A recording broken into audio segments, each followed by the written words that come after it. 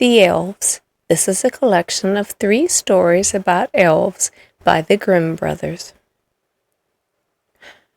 A shoemaker, by no fault of his own, had become so poor that at last he had nothing left but leather for 1 pair of shoes. So in the evening he cut out the shoes which he wished to begin to make the next morning, and as he had a good conscience, he lay down quietly in his bed, commended himself to God, and fell asleep. In the morning, after he had said his prayers, and was just going to sit down to work, the 2 shoes stood quite finished on his table. He was astounded, and knew not what to say. He took the shoes in his hands to observe them closer, and they were so neatly made that there was not 1 bad stitch in them, just as if they were intended as a masterpiece. Soon after, too, a buyer came in, and as the shoes pleased him so well, he paid more for them than was customary, and with the money the shoemaker was able to purchase leather for 2 pairs of shoes. He cut them out at night, and next morning was about to set to work with fresh courage, but he had no need to do so, for when he got up they were already made, and buyers also were not wanting, who gave him money enough to buy leather for 4 pairs of shoes. The following morning, too, he found the 4 pairs made, and so it went on constantly. What he cut out in the evening was finished by the morning, so he soon had his honest independence again, and at last became a wealthy man. Now it befell that one evening, not long before Christmas, while he was cutting out, he said to his wife, "What think you if we were to stay up tonight and see who it is that lends us this helping hand?" The woman liked the idea, and she lighted a candle, and they hid themselves in a corner of the room behind some clothes. They waited and they watched, and when it was midnight, 2 pretty little men in ragged clothes came in, sat down by the shoemaker's table, took all the work which was cut out before them, and began to stitch, sew, and hammer so skillfully and so quickly with their little fingers that the shoemaker could not turn away his eyes for astonishment. They did not stop until all was done, and stood finished on the table, and then they ran quickly away. The next morning the woman said, "The little men have made us rich. We really must show that we are grateful. They run about and they have barely anything to wear. They must be cold. I'll tell thee what I'll do. I will make them little skirts and coats and vests and trousers, and knit both of them a pair of stockings, and thou make them 2 little pairs of shoes." The man said, "I shall be very glad to do so." And one night, when everything was ready, they laid their presents all together on the table instead of the cut-out work, and then they concealed themselves to see how the little men would behave. At midnight they came bounding in and wanted to get to work at once.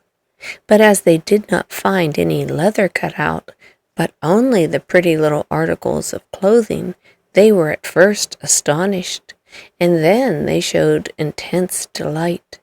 They dressed themselves with the greatest rapidity, putting their pretty clothes on and singing, "Now we are boys so fine to see, why should we longer cobblers be?" Then they danced and skipped and leapt over chairs and benches, and at last they danced out the door. From that time forth they came no more, but as long as the shoemaker lived, all went well with him, and all of his undertakings prospered.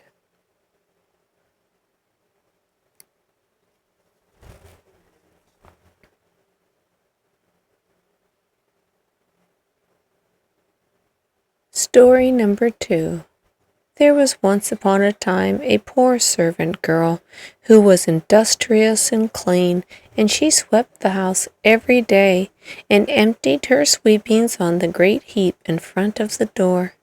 One morning, when she was just going back to her work, she found a letter on this heap, and as she could not read, she put the broom in the corner and took the letter to her master and mistress, and behold, it was an invitation from the Elves, who asked the girl to hold a child for them at its christening.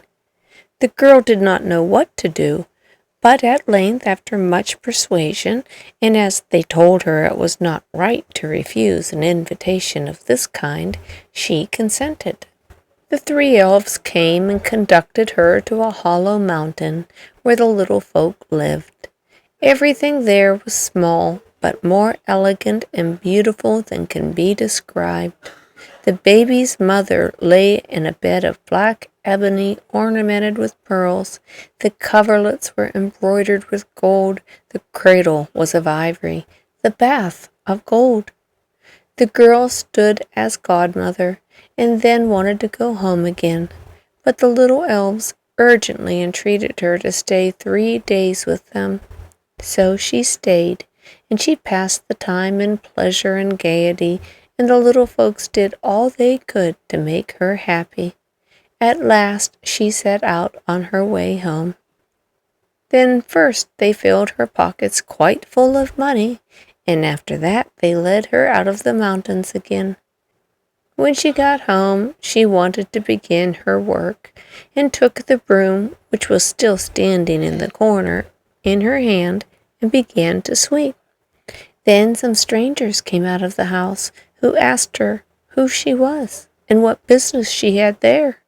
And she had not, as she thought, been 3 days with the little men in the mountains, but 7 years, and in the meantime her former masters had died.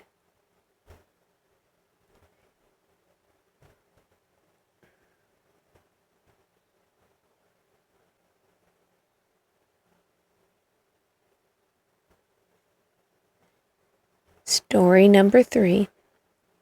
A certain mother's child had been taken away out of its cradle by the elves, and a changeling with a large head and staring eyes, which would do nothing but eat and drink, lay in its place.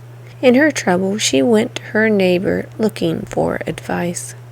The neighbor said that she was to carry the changeling into the kitchen, and set it down on the hearth, light a fire, and boil some water in 2 eggshells, which would make the changeling laugh, and if he laughed, all would be over with him. The woman did everything that her neighbor bade her. When she put the eggshells with water on the fire, the imp jumped up and said, "I am as old now as the Wester Forest, but never yet have I seen anyone boil anything in an eggshell." And he began to laugh at it.